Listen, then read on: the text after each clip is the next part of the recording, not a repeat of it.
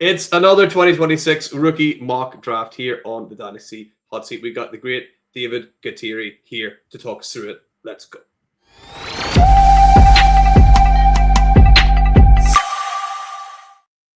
Yes, David, welcome back once again to the Dynasty Hot Seat. It's the only Dynasty show that is certified Inferno. Don't you know? That's too many rhymes. I'm sorry. David, great to have you back. How you doing? Are you enjoying the rookie season heating up a little? Yes, thanks for having me back. Second time on the podcast, so I'm looking forward to it. I think second time, right? Maybe third. Second time, yeah, second time. But yes, getting into it early this year. It's my first podcast of the year, so it's February 4th now. I'm diving in earlier this year for rookies. I'm trying to get ahead. I have just over 48 already taken notes on, so I'm looking forward to getting more information. It's still early in the process. I don't want to pin myself, to takes this early. We still have a lot more information to come. Draft capital is obviously going to be a huge one. Never mind the landing spots. Obviously, we have those as well. But I do have some relatively firm takes and some that are, softer. So I'm excited to get into those and kind of bounce them off someone. Love it. Yeah, I'm not fully through the process like pretty much everyone, but yeah, I'm interested to see what we're thinking of these guys. But before we jump into specifics, David, do you want to maybe give a class overview to people? What are you thinking about this class in general? I'm really going to echo what everyone else has said. I mean, it doesn't take a rocket scientist to tell you that this is a weaker class, that compared to especially last year, it's not nearly as strong at the top. It's not as deep. We have 5 prospects where they're pretty much going to be ranked in the top 5 between Jeremiah Love, Mendoza, Lemon, Tate, and Tyson. And then, we could have someone sneak up and push one of these guys down. Like if we have a RB2, gets a great landing spot, good draft capital, one of these other wide receivers, it's possible. But really, it's those 5. And then it's like, who knows? Like, who really knows what's going to happen in terms of draft capital, in terms of, one, these prospects are just not very strong on their own in a vacuum. So it's going to take really strong draft capital landing spots to kind of boost their value, because it's looking weaker after that. And there are guys who, I obviously like Omar Cooper Jr., KENYON SADIQ, who we'll talk about. Some people like him, some people really don't like him. KC Concepcion, kind of, a guy who there's some good in his profile. There's also some not so good. We have the second quarterback, who we don't even know if it's going to be Simpson. Looks like maybe could be Nussmeier after the Senior Bowl. So those are looking like late first round picks, which is not great for the QB2. No. Look at the RB2 in the class. It's not even settled. Like it could be, for me, it's Jonah Coleman and JADARION Price. Those are the 2 guys who are, one, have the best profiles in a vacuum. 2, they're also the 2 highest projected running backs in terms of draft capital, just via mock draft database, behind Jeremiah Love. So they have the best profiles to me. They're projected to be drafted as the RB2 and RB3, but these guys might be 3rd round picks. So it could be looking like 2 years ago where we had Jonathan Brooks was the RB1. Obviously Love is going to be valued much higher, but the RB2 and RB3 in that class were Trey Benson and Blake Corum. And by RB2 and RB3, I'm just talking in terms of rookie draft ADP. So on average, they were drafted the 2nd running back and 3rd running back in your dynasty rookie drafts. These guys were 3rd round NFL draft picks, and they were drafted to NFL teams that already had clearly established starters in James Conner and Kyren Williams. So if those are our RB2 and RB3, again, that's a disaster. Like that was a disaster class to be in that situation where the 2nd running back I'm taking in my dynasty rookie draft is a backup, a round 3 pick. Like Kendre Miller the year before that, again, that's kind of, he was a round 3 pick, drafted as backup to a situation like, you could say Devon Achane, but I don't think we have any of these running backs really standing out with, I wouldn't call Coleman or Price or, any of these other running backs an Achane level prospect. Obviously we have Nick Singleton, who suffered the injury. So it depends how far you want to knock him down. I don't want to knock him down too far, but it could impact his draft capital as well. So there's a lot of moving pieces, but the pieces aren't very intriguing. And, when I chart the tight ends, again, I don't there are some guys I like in this class. I would say it's a good tight end class, but there is no Harold Fannin Jr. where I'm like, oh, this guy's going late. But he was like there's just nobody who stands out in the tight end class for me beyond Stowers, and then I would say Michael Trigg, who I like. But it's not great. It's really not great. Yeah. You're right. You mentioned the word sort of echoing sentiments, and I think that's what most people are saying. But we do have some fun at the top. So let's pull up our draft board now. Obviously, there are landing spots mentioned on here. We're ignoring them. We're not saying these guys are going to Vegas. These guys are going to the Jets. This is just a visual for the audience at home watching. See what order David's going to put these guys on. So, guys, strap in. Let's subscribe, and David, you're going to take it away with the 1-1 we got. Well, I think this guy is the consensus 101, Jeremiah Love. It's really becomes a question of whether you're putting anyone else in the same tier as him, whether you're putting Mendoza in that tier, whether you're putting MAKAI Lemon, maybe CARNELL Tate in that tier. For some people, maybe JORDYN Tice, certainly not for me.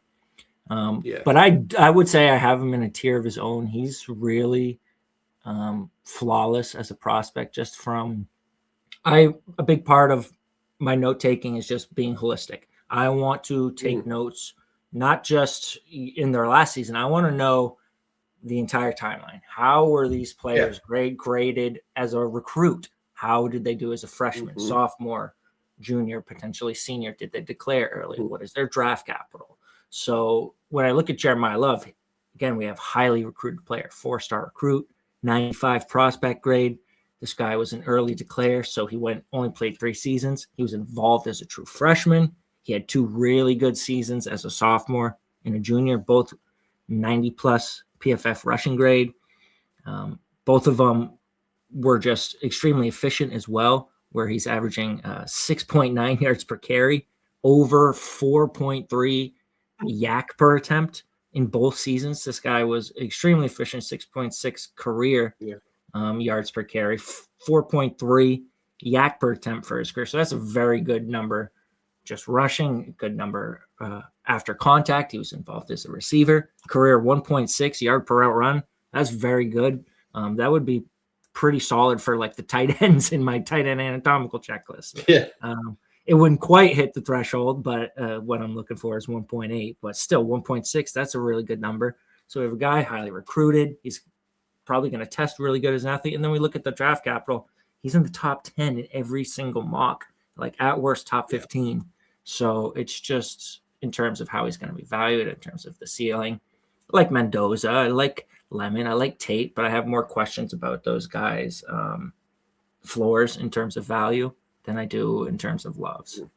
Do you have any sort of, because obviously with Jeremiah Love, the things that stand out to me are his elusiveness and his ability to pass catch. Those really, really pop off the page whenever you're looking at Jeremiah Love. One thing I didn't see, which I was kind of surprised by, because kind of heard about him being a hybrid player that can blend speed and power. Not a whole lot of power, David. I didn't see him moving the pile a lot. Do you think that's a concern, or do you think whoever's drafted him is no one's going to use him as a Derrick Henry anyway? I don't think you need him to be crazy as a powerful running back. There are different types of running backs, but when we look at the yards after contact, it holds up. So these are really good numbers. I'm not going to claim to be a film guru. I'm certainly a statistics first person. I'm not so extreme where I'm like, oh, I don't want to watch any players. I'm just like, there are people who just don't watch any film, and that's fine. I don't have anything wrong with that. For me, I do think you should watch some film. But to me, I wouldn't say a lack of power is a concern for me. He's a guy who, based on the draft capital, he's going to get the touches. He's going to be featured. He's going to be featured in certain ways, and he's been extremely efficient. So I'm not really worried about his power at all going to the next level. And the last thing on Jeremiah Love, he's one of the guys I've watched all the tape I'm going to watch on. I'd him graded like in that elite tier, not giving him that generational tag. I've not really seen too many people saying generational. Or are you one of the guys that might put him in there, or do you still think he's at the tippy top of the elite tier? I don't think he's quite like a general. He's not a Saquon Barkley level price, not a Bijan Robinson level prospect, but he's he's the next step down. So not generational, which obviously depends how you define generational. I think when we say generational, it's obviously not going to be 10 plus years. I would say generational is a fair thing to say in terms of like a 4 or 5 plus year span, because that's, especially for dynasty football, that's a generation. 4 years. Yeah. Like that's Yeah, what the league can be done in 4 years. So, but I wouldn't call him generational. No. Cool. Yeah, we're in agreement there for sure. But certainly an excellent prospect. So let's move on now to the second pick in this draft. We are Superflex as we know, and also we have a small tight end premium on here too, just for people at home who want to know. So David, where you want to pick 2?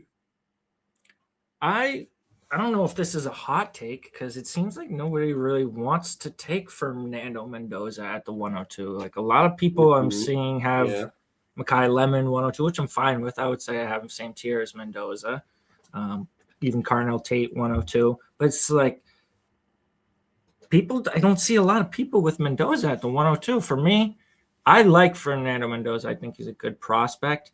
I think in terms of Superflex, like the position matters a lot.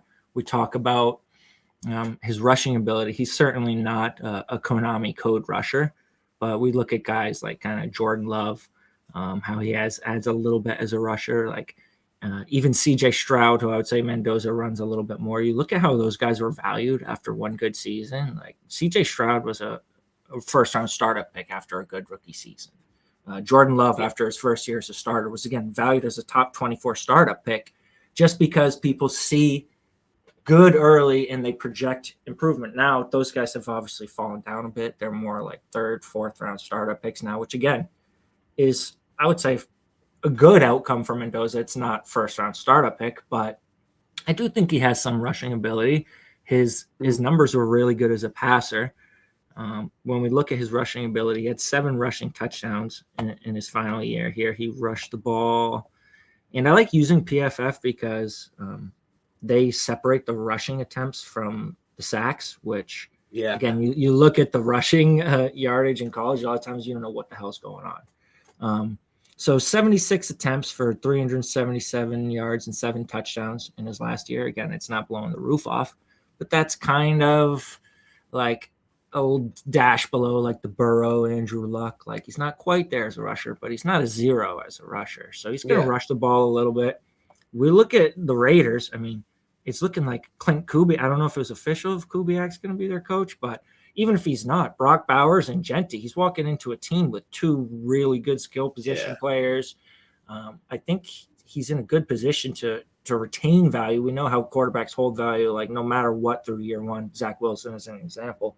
Barely lost value after his first year, despite just a horrendous rookie year. You know, you look at Cam Ward right now, how much his value has not tanked despite being one of the worst passers statistically in the league as a rookie. So I like Mendoza there. I think he's got more of a ceiling, value ceiling, and maybe even production ceiling than a lot of people are giving him credit for. How much do you think Mendoza's stock has risen from a dynasty aspect because of that insane playoff run that Indiana went through? I know it's not quite in season, but I think a lot of he made a fan out of me certainly before. I was a bit like, I'm not sure, but that playoffs it kind of solidified for me. It's like, actually, I need to take his time. I think you used the word. It's solidified because he was, before the playoff run, he was still probably going to be the first quarterback drafted regardless, like top 5 pick. But it was like, okay, how legit is this guy? I think a lot of people came out saying, okay, this guy really does have NFL ability when you project him at the next level. Yeah, so I've got no problem at all with him being locked in at the second pick. So let's move across to pick number 3, shall we, David? Where are you going with that one? I have the same tier in terms of my 102 through 104. So I think you can make a case for these guys all to go 102. If not Mendoza, I would say MAKAI Lemon would be my 103, and that's certainly not a hot take. I don't think you can find anyone anywhere on planet Earth right now to say anything negative about MAKAI Lemon because he's has a really clean profile across the board. So not going to beat that drum to death. I think it's everybody has seen, obviously over 3 yards per route run for his career. When we look at wide receivers who have done that and gotten drafted in the first round, it's basically a very short list. Like we have, let's see here. To go over 3, we have Lemon, then we have like Jamar Chase. We have just a very short list. So sorry, but I was trying to pull it up. I have it somewhere here. I'm just clicked the wrong thing. But I want to get the actual list for Lemon. The fact that you said Jamar Chase is a good sign. Yeah. Let's see.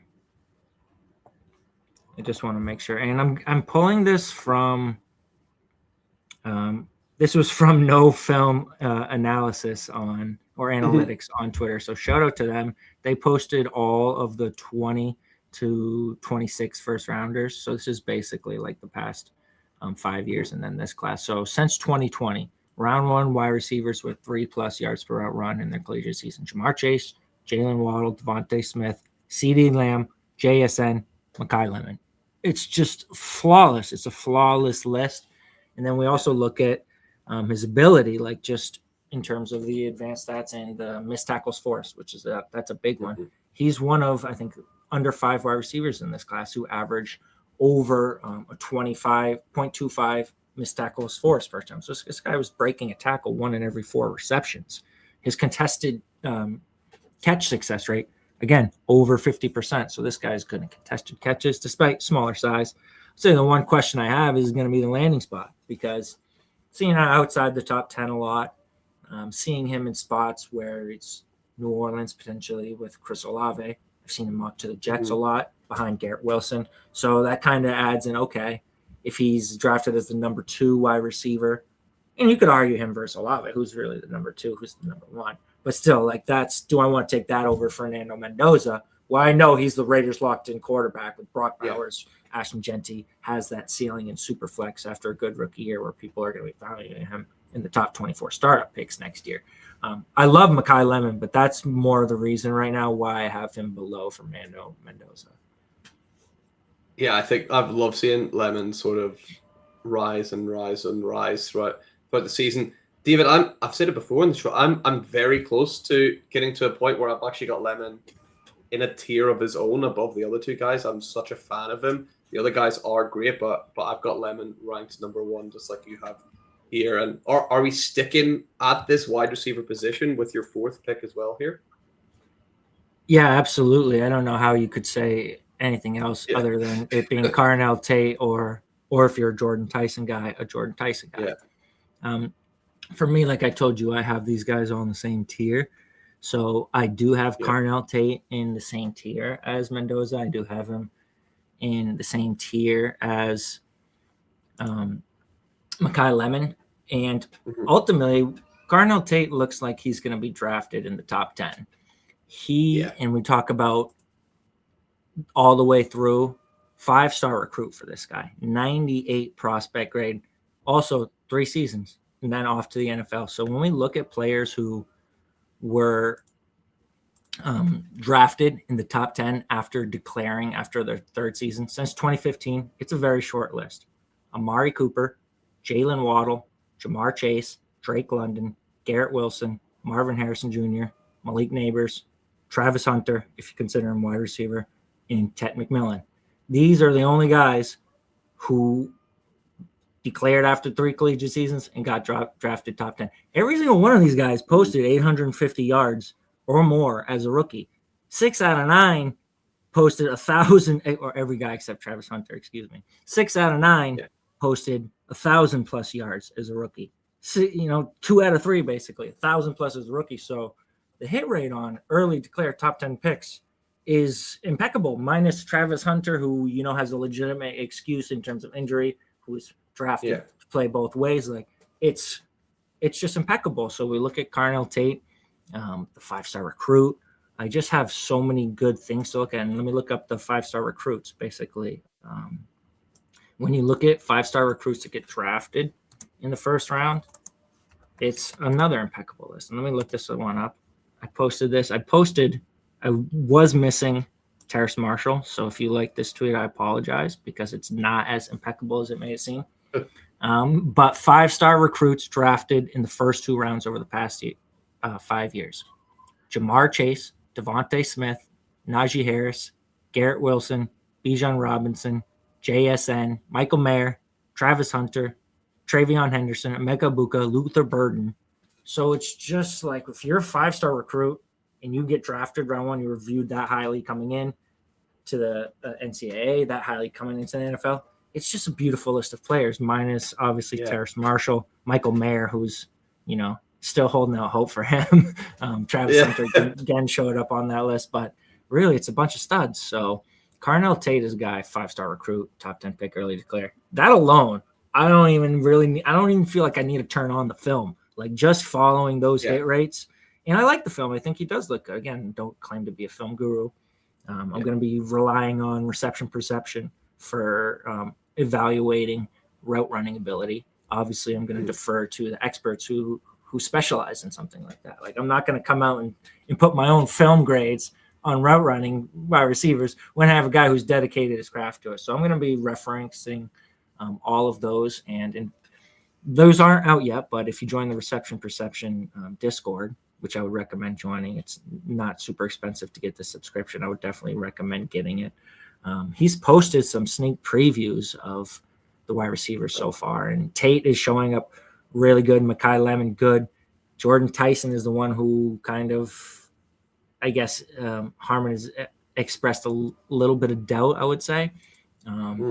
I believe the words he used was leaves a lot to be desired versus man coverage. And that's just like confirming my priors, because everything else is also telling me Tyson is a tier below Lemon and Tate, which kind of could leads us into, I guess, you can tell who my 105 is going to be then. Yeah, I was just about to say, we're locking in Jordan Tyson right away, are we? I think right now you kind of have to, just based on projected draft capital. We don't really have any other firm round 1 picks other than, I would say, KC Concepcion is been universally mocked inside the first round. He seems like an absolute lock to be a round 1 pick. And then I would say Denzel Boston has been very frequently mocked in the late first round. Jordan Tyson has been mocked anywhere from the top 10 to, I've seen him in the teens and the 20s. And that kind of shows a little bit more in terms of the projection range, where I've seen Tate like at the lowest top 15. Like I've seen Tyson in some mocks to the teens, the late 20s. So I think Tyson, he has a great production profile. We have true freshman production, led Colorado in receiving yards and touchdowns as a true freshman. He tore his ACL, MCL, PCL there, transferred to Arizona State, missed most of his sophomore year while recovering. So he's got a legit excuse also for being a 4th-year declare. But again, he is a 4th-year declare, where Lemon and Tate are early declares left after 3. But the pure yards per route run, Tyson is ahead of Tate. He's almost as good as Lemon. He's at 2.71 yards per route run for his career, which is really, really good. I do have questions, though, like just about the skill set. Like, where's his elite skill? I don't really see it. He's certainly not an elite yak threat. He averaged just 5.1 yak per reception. Only 7 and 6 missed tackles forced in 2 seasons as a starter. So he just didn't do anything with the ball in his hands. He wasn't making guys miss. Based on the early reception perception profile, like sneak preview, Harmon has kind of seemed like he's certainly not going to come out and have a Roma Dunze like all green chart. So, and then obviously the recruiting grade, 3-star recruit, 84 prospect grade. So I'm just like not as highly recruited, 4th-year declare, probably drafted later. Don't see any elite skill sets. He's not a tackle breaker. He's like, I don't see him in the same tier as MAKAI Lemon or CARNELL Tate. I would say he's closer to being like in the lower tier and not a tier of his own at 105. He's closer to like being their other guys being consideration of going ahead of Jordan Tyson.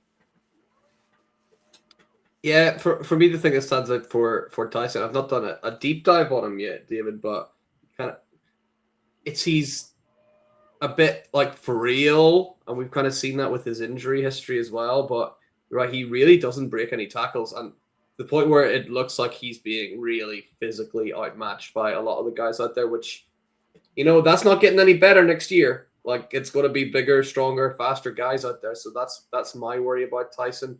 as well. But like I said, I haven't done a full deep dive, but I do expect to see that. So I'm not shocked that he is there at the bottom of your tier of 3 wide receivers. So that's the exact order that I have them, David. Nice. I like to hear that. Let's move on from Jordan Tyson and on to your 1-6. Now, before you mentioned the top 5 or kind of the top 5, how big a cliff do we drop off here when we hit 6? Yeah, let's just say this. My 106 currently is a guy who could be drafted in the late 2nd round of the NFL draft. So I'm not thrilled with that. Yeah. As you can imagine. Certainly not thrilled with that. I want to pull up just real quick before we move on from Tyson. I want to see what Harmon said. Okay. I'm getting the inside scoop here. Yeah, I won't give away everything, obviously. Like, this is just a sneak preview. I would recommend getting a subscription. Not 100% sure exactly what type of wide receiver he is.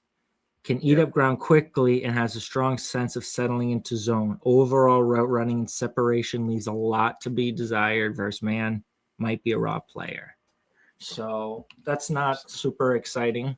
But anyways, the next one would be, I'm going to stick at the wide receiver position right now because I'm really hoping he gets the round 1 draft capital and doesn't slide to end of round 2. I'm really hoping that Matt Harmon doesn't come out and drop a reception perception profile that's just complete garbage and makes me want to cry. And to be fair, I've already got the sneak preview on this guy, and that's Omar Cooper Jr., and it's not great for the sneak preview there either for reception perception. Harmon, not really sure how I feel about him. Doesn't really separate on static routes like 9s and curls. Does win on slants and intermediate routes like digs and outs. Somewhere between a poor man's Luther Burden and replaceable slot archetype. So I see a lot to like with Omar Cooper Jr. He's not an early declare. He's not a super highly recruited player. He did get an 88 prospect grade, 3 stars, but 88 is not terrible. That's a B+. Redshirted as a true freshman. Not super involved in his 2nd year. Again, you would like to see some more involvement in the 2nd year. So he's got certainly warts, but you look at his last 2 years and his 2 years like as a legit starter. This guy was really good. He averaged over 2.1 yards per receptions all 3 years, even though he wasn't super involved his 2nd year. He was efficient on his routes. So 2.14, 2.52, and 2.55 yards per route run in his 3 seasons. He's got a good career number, like a really good career number, 2.47 for his career. So this guy was efficient. And then you look at the skill set. Obviously, for me, I'm looking for guys who are good with the ball in their hands. Like, that's my bias, is that I like players who can break tackles. That's a big part of the game, is what can you do once you actually have the ball? Like at wide receiver, obviously, we want guys who can get the ball. And that could be an issue if, Cooper's, reduced to like a gadget role. But also we want to know what do you do when you have the ball? And he was excellent. 6.6 career yak per reception, 27 missed tackles forced on 69 receptions in his last year. He had a career 0.31 missed tackle force per reception. To put that in perspective, Luther Burden was 0.33. So just below Luther Burden, who was one of the best tackle breakers in history for college, the only wide receiver with 30-plus missed tackle force on 80 or fewer targets in a season. So he's certainly not Burden as a route runner. He's a bigger player. He's good in contested situations too, though. Omar Cooper, he was above a 50% success rate on contested targets 3 out of 4 seasons. And his career, let me see his career number, pull it up real quick. His career number was really good. I think it was in the mid 50s. But his ADOT was really good. That's what stands out to me about Omar Cooper is a lot of times you look at the players with really good missed tackle force, really good yak numbers, and it's because they're on a low ADOT roll. They're kind of getting those design touches and asked to generate yardage after the catch to go make people miss tackles. This guy had a very deep ADOT, 12.5 ADOT for his career, 9.7 plus all 3 years. So he wasn't just like breaking tackles and generating yards after the catch. He was also doing it while running downfield routes. And like I said, okay, so above 50% all 3 seasons, 54.3% career contested catch rate. So good and contested, borderline elite with the ball in his hands, like first, second round pick. Let's see the athleticism. I don't expect a super high 40, but if he jumps like a 40-inch vertical, I see a lot of Rashee Rice to this guy in terms of traits where he could be featured as, you know, a slot wide receiver in a good offense who's tailored to his skill set. I see some Chris Godwin, so a little bit of Deebo Samuel. So I see a high ceiling for Omar Cooper Jr. But again, if he's a late second round pick, has a terrible perception profile, I'm not going to be super, you know, high on him hitting that type of ceiling. So 106, we're already like into a lot of question marks where we have guys who have good stuff in their profiles, but they also have a lot of warts. He's been really interesting to see the last like week or so. He's sort of taken all of the hype that his teammate Elijah Surratt had a few weeks ago, and it seems to have been sort of passed on to Omar Cooper Jr. I'm not sure if anything's happened in particular to cause that shift, but I've really noticed it with you guys coming on here and just listening to other shows. What do you think in particular about Omar Cooper Jr. is now that people are starting to come out and see him as the number 1 receiver from Indiana, not his teammate Surratt? I think it's more just going from surface level to a deeper dive. Like Surratt had a better production profile. This guy was like 4-year producer every single year. He didn't wait till his last 2 years. He's got the numbers, but then you look at the advanced numbers. What does Surratt do well? Like he had a very high contested target rate. So even though he's might be good, that's not something that's very good to rely on as your one trait at the next level, is to be able to catch contested targets. If you're not a great separator, you're not a great tackle breaker, how does that project to the next level? And I think that's where the question comes up with Surratt. He's a good college player. What's he going to be at the next level? As a guy who's probably not a great athlete, probably not a great separator. We'll see the reception perception numbers. Again, high contested target rate. I'm going to assume the reception perception is not great. There's not a whole lot to expect that college production just to transfer to the next level. Yeah, so Omar Cooper is coming in and stealing Elijah Surratt's thunder. But I can't wait to do a deep dive on these guys as well. I've not got to any wide receivers yet, so I'm looking forward to getting into it. So Cooper Jr., he's locked in at 6. Where is next at pick number 7? I have him 106. I certainly wouldn't call him locked in. For me, I have 106 through 201 as the same tier. So I'm going to go through 1, 2, 3, 4, 5, 6, 8 guys. I think I could name any of them in any order. There's a whole lot going on here in terms of to be settled. Like, again, these guys have some good, they have some bad. I would say the next guy for me would be KENYON SADIQ. And again, like I say it, like I was like kind of wincing as I say it, because like the 107, and I'm taking a tight end with a questionable, like really questionable production profile. And to me, I think people are getting a little bit extreme with KENYON SADIQ in terms of saying how bad his profile is. I would not call him a bad prospect at all. I would say there's certainly some warts, but I'm going to go through my tight end anatomical checklist because I'm charted what I have for him. Obviously, I'm still waiting on official figures for draft capital in terms of athletic testing, 40 vertical. I need to get his dominator rating. Once that gets published, I usually use Player Profiler, so I'm waiting for that to come out. David, but I have for those people that don't know, so this is your bag right here, right? This is your thing, right? The tight ends are kind of what you're known for the most, I would say. Is that fair to say? Yeah, it's the one position. So I write 2 newsletters every week. If you join on Patreon, you're gonna get 2 weekly newsletters. One is literally just a tight end report.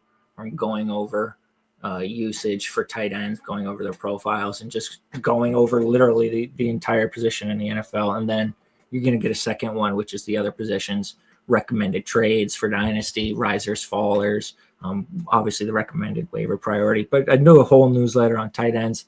I chart every single tight end in the NFL, at least the relevant ones. I have the top 40 in terms of dynasty rankings. I usually chart every tight end who participates in the combine every year, every single tight end who's drafted, I will chart.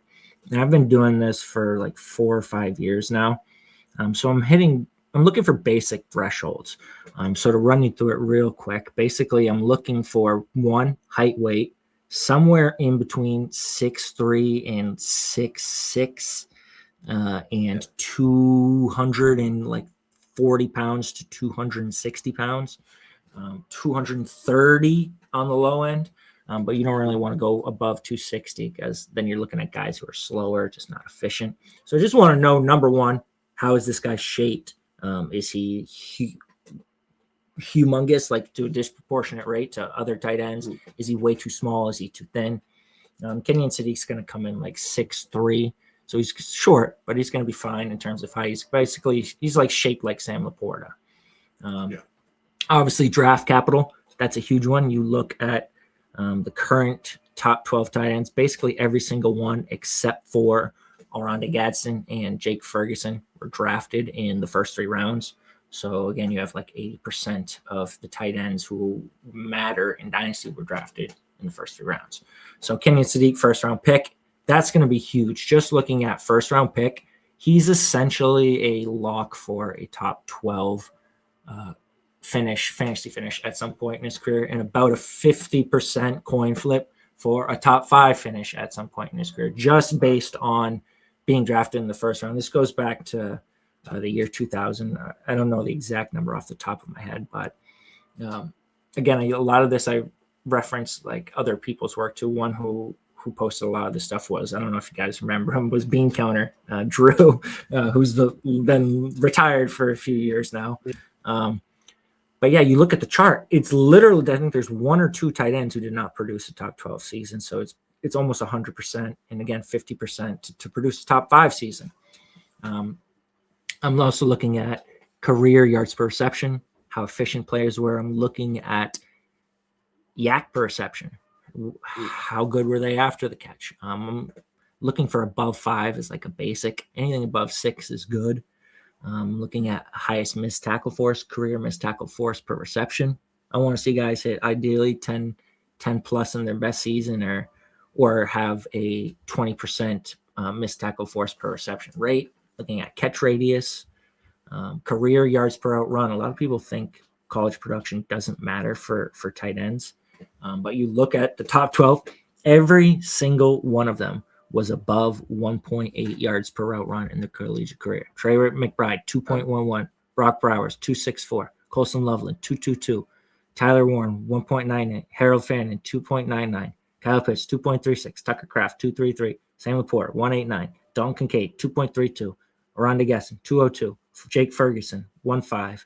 Kittle, 1.9. Hawkinson, 1.99. Like, you look, it's 1.8 and above. Like, that is a very clear cutoff. Guys sneak in. Jake Ferguson sneaks in. Like, you're going to see guys sneak in. Like, but it's a clear indicator that college production for tight ends, it does matter. It's not irrelevant. People just say, oh, look at Antonio Gates. Like, he didn't even play. For one, that ignores the fact that if Antonio Gates did play in college, he might have produced over 1.8 yards per run. You don't know because he didn't play. People point to like Darren Waller, like, oh, he didn't even play the position.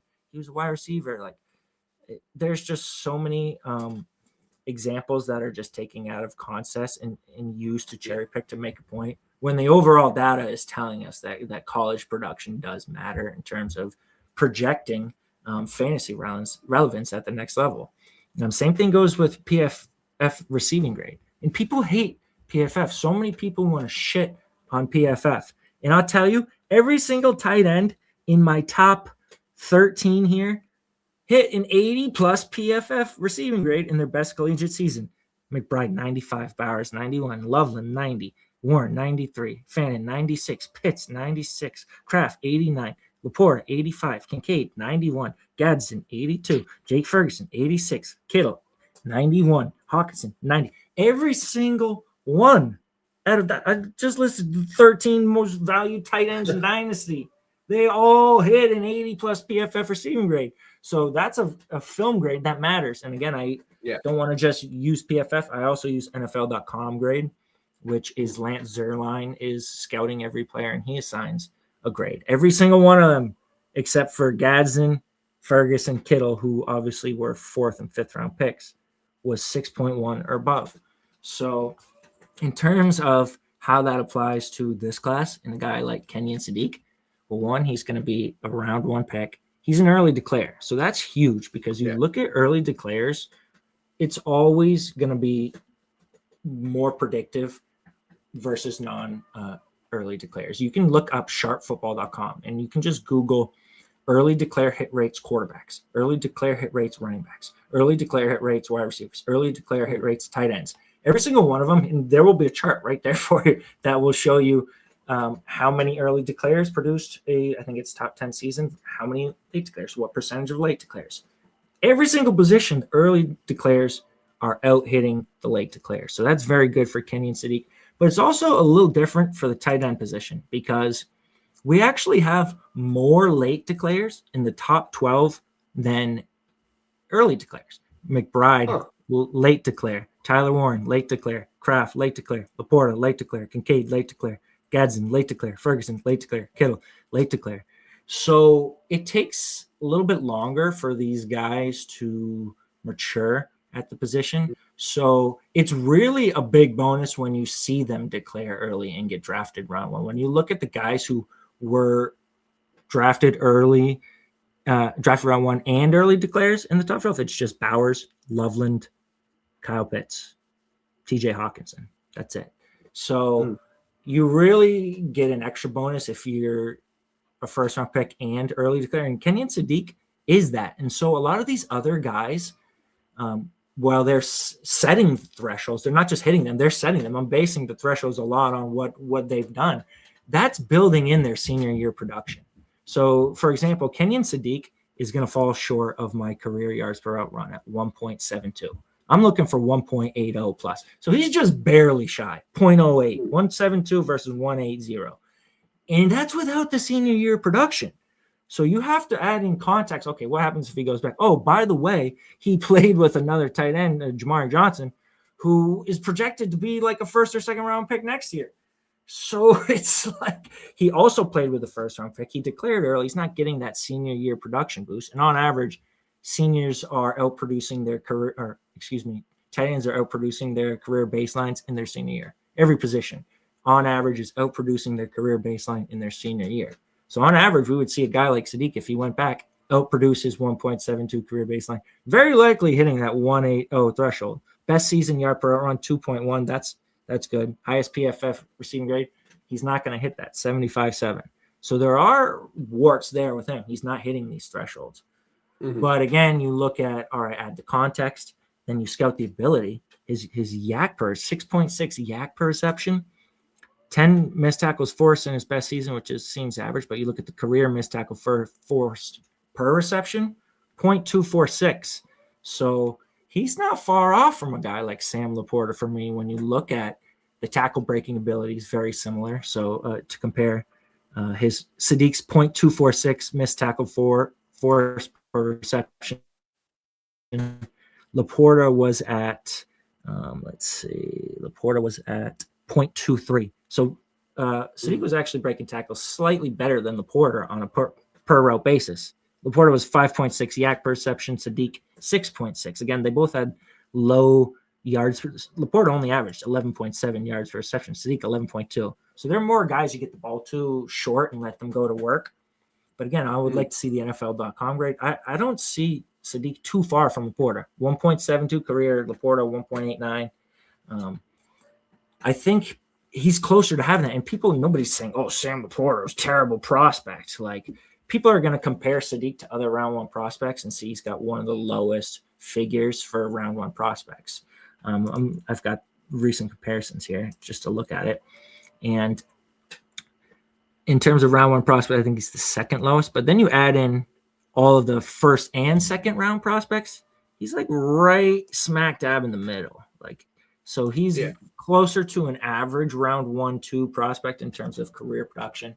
And that's not even considering the fact he's an early declare and played with another tight end who's arguably a round one prospect. So I don't think he's a bad prospect. I think there are actual bad prospects in this class. Cough, cough, Denzel Boston. I don't think KENYON SADIQ is one of them. Wow. I mean, that is about as spectacular a breakdown that you're ever going to find on any player, ladies and gentlemen. I always have follow-up questions. I ain't got any for KENYON SADIQ.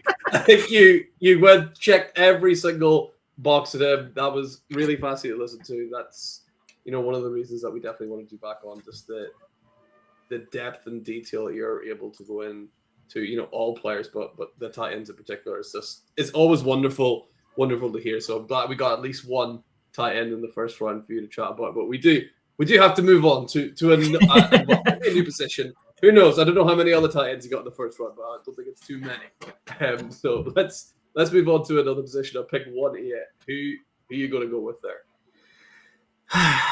This is something that I expect or hope to change post-draft. Right now, it would be between two wide receivers right now who aren't really mentioned in the same breath, but I think probably should be. That would be Casey Concepcion, and I think Zachariah Branch is very similar prospect grade to Casey Concepcion.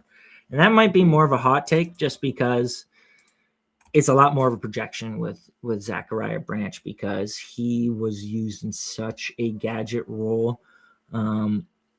He had only 5 receptions beyond 10 yards in his one season at Georgia. 5 out of 81 were beyond 10 yards. But he was really good at seeing manufactured touches in that low A-dot role, and he was really good with the ball in his hands. 8 yak per reception, 20 missed tackles forced in his final season, and he was 5-star recruit, 99 prospect grade, early declared round 1 pick. Remember I told you about those early declares drafted in the first rounds? I can go back and look them up again. But it was basically like all good and then Terrace Marshall who sucked ass. Like it was just – it's hard to bet against guys who are 5-star recruits and drafted in the first 2 rounds. So that's what I look at Zachariah Branch because a lot of film guys seem to like him. A lot of the people who I follow seem to say, well – he can do more in terms of down the field stuff. He just wasn't asked to do more. So you look at the comparison between him and Casey Concepcion, where Concepcion has a really good freshman season, where he led his team immediately as a true freshman. NC State posted 71, 839, 10. That's really good. He's kind of struggled as a sophomore, 53, 466, only 1.29 yards per round, 60 PFF receiving grade. That's not great. He struggled with drops, but transferred to A&M for his final season. Obviously led them in all categories, added a little bit as a rusher. He's a good yak threat, 6.6 yak per reception, 18 and 14 missed tackle forced in his first and last season. The career yards per route run is not great, though. 2.03. When you look at how that stacks up to other first rounders, again, I just told you, add in second rounders for SADIQ, and now I'm going to do the opposite with Concepcion. But let me see, let me pull this up. And this was, again, I was using this from a chart posted by I Don't Watch Film. Basically, round 1 wide receivers, less than 2.15 yard per route run since 2020. We have Brian Thomas Jr., Jalen Reagor, Jahan Dotson, Ricky Pearsall, Xavier Leggett, Matthew Golden, and then Casey Concepcion and Denzel Boston. So that's not really a lot to, be thrilled about. Brian Thomas Jr. obviously he showed that it's not just a black and white kind of thing. Like you can be below 215 and still have a really good rookie season. I don't know about Casey Concepcion. I don't see any sort of elite grading. I think he's being pushed up a little bit in terms of the class. But this is not a guy who sniffed. Let me look up. I believe he was below 85 PFF grade every year. But the yards per run wasn't great. He didn't even hit an 80 PFF grade in any season. So I don't feel great about that. Again, Jahan Dotson, is his profile that much better than his? Is his profile that much better than some of these other guys who struggled to stand out? Matthew Golden, again, early declare Matthew Golden. Like, is he better than him as a prospect? I don't know. So I have some doubts about Casey Concepcion. I don't see any elite traits. Whereas at least with Zach Branch, I think he's probably going to be an elite athlete. We'll see how Concepcion tests, but I think they're closer than people are giving them credit for. Yeah, I think it's when we get to this range, like, these are the players that maybe in a stronger class, you're like, man, I feel really good about taking Casey Concepcion in the mid-second. But here you're kind of forced to take him, like, in this 1-9 kind of category. And you're kind of like, like, I don't hate the player, but I really don't like him here. And that's kind of sums up the class a bit, David, doesn't it? Yeah, and a lot of the spots you're seeing mocked, like, frequently to Pittsburgh, like, is this a guy who's going to just elevate above a DK Metcalf? Or is he just going to be more of a number 2 wide receiver? Which, they're not useless number 2 wide receivers, but, it's not something you want to be spending the 108 on. No, definitely not. But Zachariah Branch and Kessie are both locked in. So we're on to pick number 10. Where are you going with that one, David? See, I want to push Jonah Coleman up above Concepcion, above Branch, above honestly, SADIQ, maybe even above Omar Cooper Jr. If he gets drafted early round 3 to a really good spot where he can start, or late round 2. I don't know if he's going to get drafted late round 2. It looks like early round 3.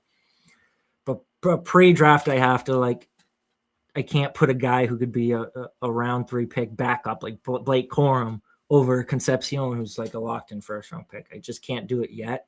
Even though I'm preparing myself to do it when the time comes. Let's just say that. But so I wouldn't put Coleman yet. I would say I stick with Ty Simpson. Again, we're going to move Ty Simpson. Sorry. It's hard. Yeah, sorry. I'm kind of bouncing all over the place here. You're all good. You're all good. We'll put in Ty. It's hard to be thrilled with a guy who, again, 4th-year declare, not involved his first 3 seasons. 1-year starter, and then he got benched in a blowout in his final game. Not crazy involved as a rusher, 72-92-2 rushing. You say he wasn't involved, David, but if you recall, Ty Simpson was the guy last year that dropped the ball as he was running towards the end zone and became like a viral hit because of that. So he did have some involved. Not necessarily in the best way. But the passing profile, 7.5 yards per attempt, that's very average. 64% completion, 81.2 PFF passing grade. I don't want to say he's Kenny Pickett, but he might be Kenny Pickett. But I don't want to say he's Bo Nix, but he might be Bo Nix. So we don't always know what he's late, or I guess Nix wasn't a late round quarterback, but we don't. And to be fair, Nix had a much better collegiate profile. He sucked at Auburn. He was very good at Oregon. But we don't always know. Sometimes we think we know which guys have shitty profiles in the late first, and we're like, oh, wait a second, Bo Nix is actually good. And wait a second, he's valued as top 24 startup pick. So at the 110, I want him over Denzel Boston. I want him probably over the running backs for now.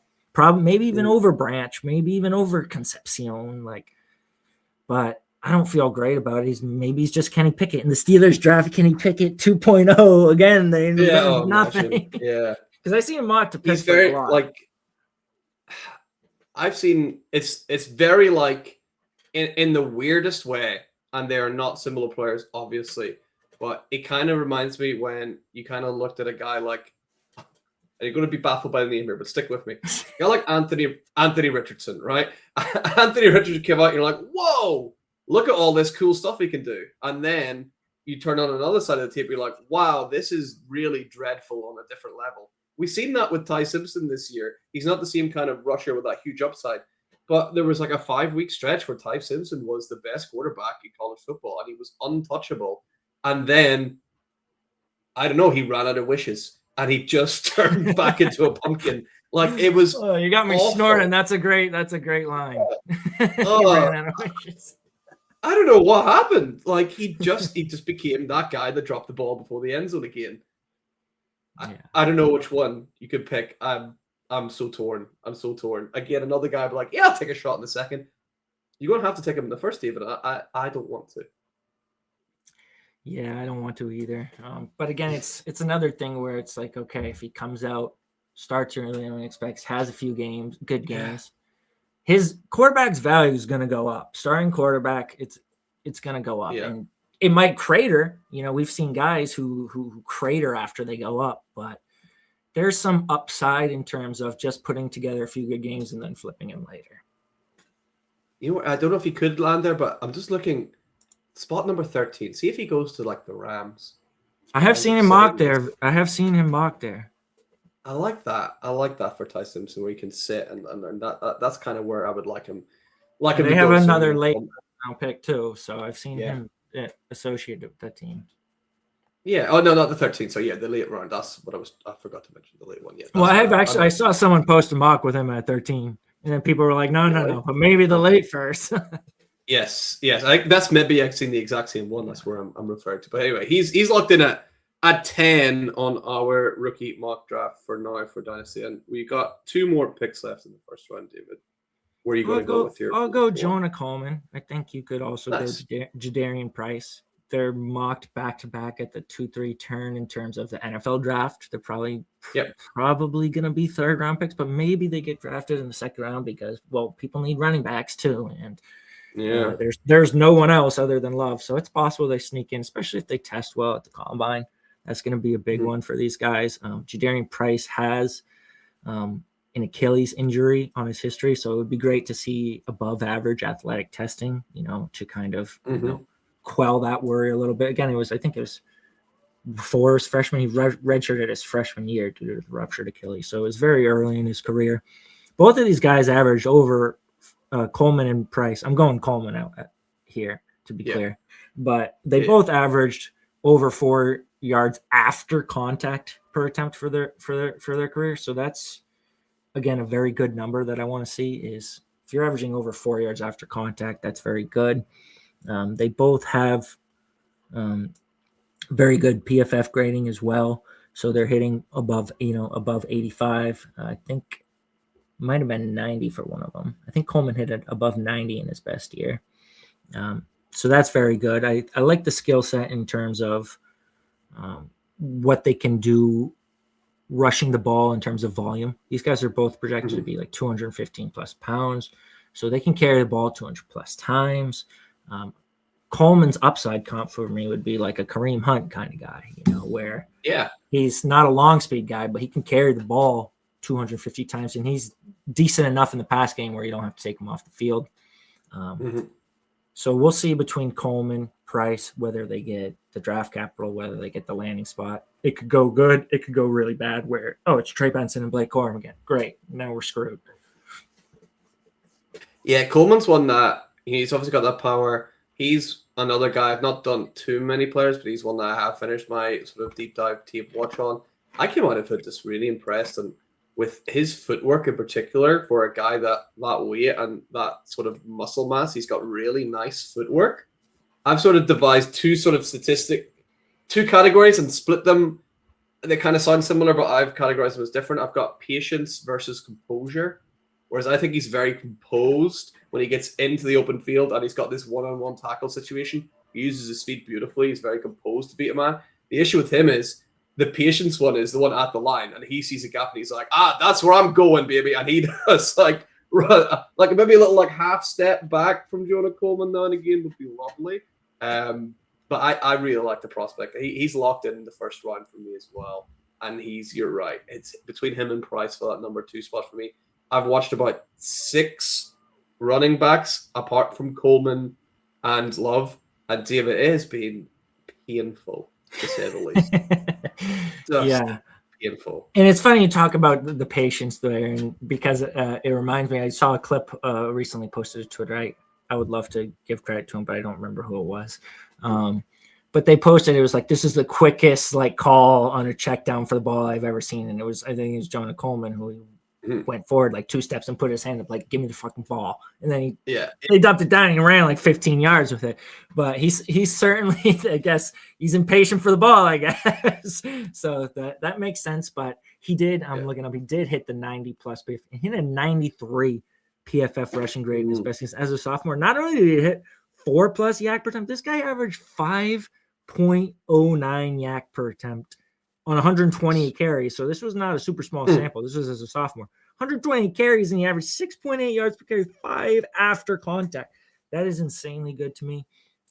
So I'm really, and he had 80 plus PFF rushing grade all 4 seasons. So he's a 4-year player, but he was good all 4 years. So I love to see that for Coleman. He's very, the only questions I have, I would say, were more film based, because there's nothing here analytically that says, oh, red flag, even yellow flag. It's all green. I have seen people nitpick the film though, so that's probably going to determine the draft capital a little bit.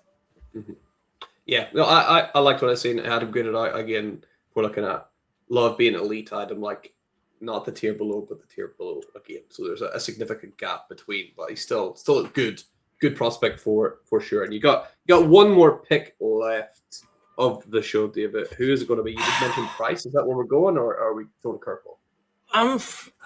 I've got it like on my screen now. I'm clicked and I'm like debating, like, do I make the change? Because right now I have Denzel Boston at Price, but I talked about Boston. I really don't want to draft this guy, and if I'm going to put Coleman ahead of Price based on just hoping that he gets the capital, and because if I'm going to put Coleman ahead of Boston based on hoping, the running back gets the capital and spot over a round 1 wide receiver, I almost have to do it with Price over Boston too, because I like Price's profile and I do not like Denzel Boston's profile. So we're making the change. We're putting Price over Boston.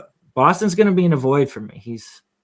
I feel like he's the Keon Coleman, Jaden Higgins of this class, where it's maybe somewhat useful to an NFL team, but and even that's to put Keon Coleman, like, not to put Higgins in the same breath, because everyone's shitting on Coleman right now. But even like if he's Jaden Higgins, like late first, early second, contested catch type of guy, Boston, not super highly recruited, 86 prospect grade, not involved first 2 years, 7 catches combined in 18 combined games. Second on the team receptions as a redshirt sophomore, led the team in his final season. But so that's 1 year of leading his team.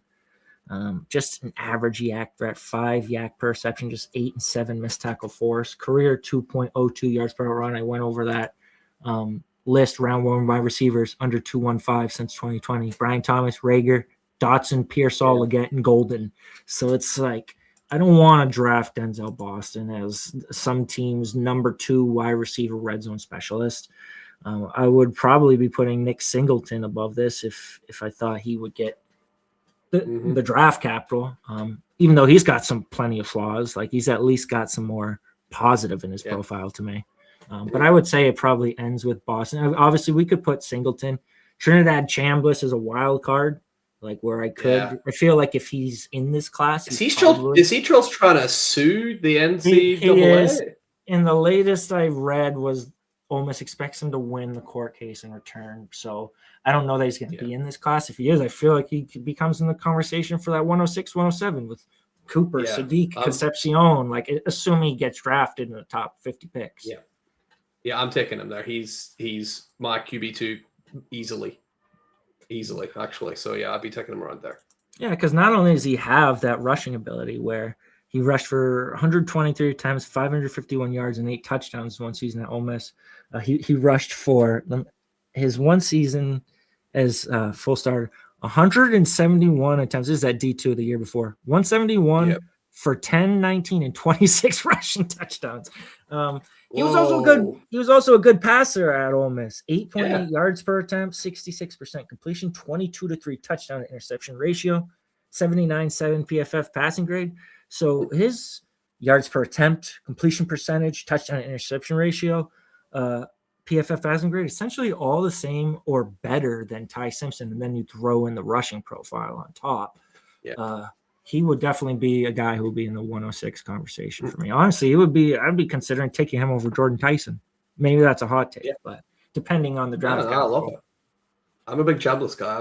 I don't hate that at all. Like, I love that. And I think the only guy we've not actually talked about is your 112 Jerian Price, David. I think we'll maybe give a word or two on Price, because a lot of people might think, oh, he's just a backup to Jeremiah. I'll not worry about it. But he's a real deal. Yeah. Obviously, you have the Achilles injury, which seemed to be more of a death blow until we saw like J.K. Dobbins is shown last year. He can still be effective. After that, Tyjae Spears is playing without an ACL in one of his leagues. So it's not necessarily that, this guy's, you can't draft him because he ruptured his Achilles before his collegiate career started. It does help that it was like before his freshman year. You look at his grading every year. Again, this guy hit, I think, 80 plus PFF grade every single year, 4.57, 4.5, and 3.92 yak per attempt. So that's good. Career 4.28 yak per attempt. That's really good. So he's great after contact, physical running back, just not involved as a receiver. 5, 4, and 6 receptions in 3 seasons. Career 0.81 yards per route run. Some of that's got to do with Jeremiah Love, being on his team and taking that role. But I think it's something you more project him as more like the thunder to someone's lightning as a pro. Whereas Jonah Coleman, I have a little bit more enthusiasm about his receiving ability and receiving potential. That's why I would say I would have Coleman. And then the Achilles injury, I'm not going to discount it completely and just be like, it doesn't matter. It does scare me a little bit. Yeah, it has to. We've seen traditionally that apart from J.K. Dobbins maybe being the first guy to overcome, and that traditionally has been a huge hampering for players in the league. And that is the first round all wrapped up. We got 12 names here, up and down. We chatted about a few other guys. But David, is there one more guy that, and actually there's one person I'm hoping you talk about in particular. If you don't, I'll maybe mention him after. Is there another guy that you want to mention that you think might be sort of in the deeper rounds that you think people should be interested in? Yeah, and I would say he could join this upper tier for me and potentially work his way, honestly, very high up it. Like I could see myself ranking Eli Stowers as somewhere in the top 10 picks. For me, tight ends, we talked about it before. This is a guy who just stands out when you chart him. He is a guy who, again, 4-star recruit. He was recruited as a quarterback, so it's hard to be like, he's good just apply that to the tight end status. But he was highly recruited, so I do believe like that is also an indicator probably of his athletic ability as well. Just to be successful at 2 positions, I'm going to give him at least brownie points, bonus points for being the 4-star declare, even though it was at the quarterback position. And kind of like Tyler Warren, right? Like where he immediately declared as a quarterback, and then they're like, all right, wait a second. We might have something here if you just don't be a quarterback. Like, what about we line you up at tight end here? Wait a second. And then all of a sudden he starts freaking smashing. Obviously Warren had to wait. He was behind other 4-star recruits, NFL draft picks and Freiermuth, Bretton Strange, Theo Johnson. He had to wait his turn. Stowers, he was very good. And we talk about all of the production thresholds. 2.34 career yards per route run. I'm looking for 1.8 plus. He's at 2.34. So if he gets drafted in the first 2 rounds with a career number that high, it's going to be, let me look at my comparisons here, but it's going to be extremely high. It's going to be like one of the top numbers. To put into comparison, Colson Loveland 2.22, Kyle Pitts 2.36, Tucker Kraft 2.33, Kincaid 2.32. It's gonna be up there with those guys. 2.34 first hours, 2.55 in his best season. He's got the PFF grading 89. I'm looking for 80 plus. He's got it at 89, almost 90 plus. That's really good. And then again, I'm looking for the yak ability. Is this guy good with the ball in his hands? He is. He's damn good. 6.5 yak perception, 13 missed tackles forced in his best season, 0.175 missed tackle force per reception for his career. Good, really good is 0.2, 20% or above. So that's, I would say, slightly above average probably about 0.15. So that's a decent number, but good 6.5 yak perception. That's really good. We'll see if this guy runs sub 4.6 with that production profile. And if he runs sub 4.6, he's probably getting drafted around 2. Yeah. He's going to be a guy I want to rank very aggressively, where I see him like that kind of Sam Laporta type. I don't want to go as far as Harold Fan and like Junior, where it's like, he could provide a lot of value as like but still slide to the late second, third round pick because people just hate drafting tight ends in rookie drafts sometimes. I don't know why, especially if it's a tight end premium league, but I think, he's got that type of upside where you put him, you put Stowers in round 2 to Kansas City. Holy shit, I'm going fucking crazy. Yeah. Excuse my language. Yeah. I can't even keep it. I'm like, Stowers in round 2 to a good spot. He's gonna go woohoo way up. Yeah. That's a guy that people are going to get excited about.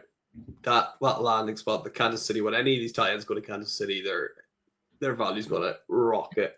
If I had to throw him, sorry to cut you off. If I had to throw in one more sleeper at the end, I would throw it in for tight ends. Michael Trigg, highly recruited player, 5th year declare, but he dealt with a lot of injuries. He suffered season-ending injury after season-ending injury. I think 2 years in a row, he suffered a season-ending injury in week 6 of the season. So it's just like he couldn't catch a break, but he's going to hit the production thresholds. 1.87 career yard per out run. 2.18 in his best season, 77.3 best PFF grade, so just below 80. This tackle breaking, Billy, only 4.9 yak per reception. I want to see 5+, so just like at the threshold there. But 17 missed tackle force in his best season, 0.29 career missed tackle force per reception. That's like man beast. That's like Harold Fannin Jr. was 0.288, Tucker Kraft 0.262. So Michael Trigg was breaking tackles at a better rate than both of those guys. So that's extremely intriguing to me, especially as a highly recruited player. Let's see if he runs mid 4.6s. I can get him in the 3rd round. He's going to be like my 3rd round target, maybe even 4th round. We'll see. Yeah, he's one I'm going to end up with a lot of shares of as well, I think, in the later rounds. And yeah, you nailed it. It was Eli Stowers was the guy that I wanted you to chat about, David. So I'm pleased that we got a little talk about at least one more tight end. And we've got a bonus one at the end with the second. And sadly, though, that does bring us to the end of the show. David, I've been looking forward to this for weeks. Loved having you on last week. It's been great, or last year, and it's been great chatting to you again this year. Before you get out of here, can you just remind everyone where can they find all of your great work? Yeah, you can just follow me on Twitter at GuruFantasyWrld, WRLD. They got me with the character limit there, so no O in world. But yeah, you'll find links to everything there. You can go to the Patreon. You can go to the website, GuruFantasyWrld.com. There'll be links there as well. If you want to join the Patreon, you get all sorts of extra special content. You get my weekly newsletters in season. You get the tight end report. You get the full newsletter, risers, fallers, probably about 10 to 15 recommended dynasty trades each week are going to be listed as well. You'll get access to my top 250 dynasty rankings, my tight end anatomical checklist, which I went over today. You'll get access to that so you can see all of those player profiles. You can get access to the Discord. We have a whole bunch of stuff in there, not just from me. We have other analysts as well. David Mendelson is our betting expert. Corey Guattari is our Devi expert. So we have additional analysts you can rely on as well. We have over 400 people in our Discord as well. So you have other patrons as well. We have all sorts of trade channels, all of that. So there's a whole bunch of stuff. You can check out more of that at patreon.com/GuruFantasyWrld. There's all sorts of descriptions there. Love it. Go check it out. That link's in your, I believe that link's in your Twitter bio. So people. Hey, and Spotify too. Guru Fantasy World. We do have a podcast, although it's when I have time in the off season. So we'll be getting back on Mondays going up soon. I haven't launched any this year. Last one you'll find is from last season, but feel free to give us a follow there as well. Yeah, go check it out and follow. And of course, if you made it all the way through to the end of the episode, make sure you've given this video a like.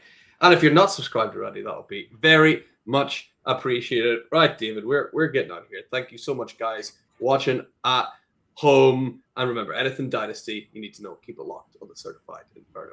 I'll see you very soon.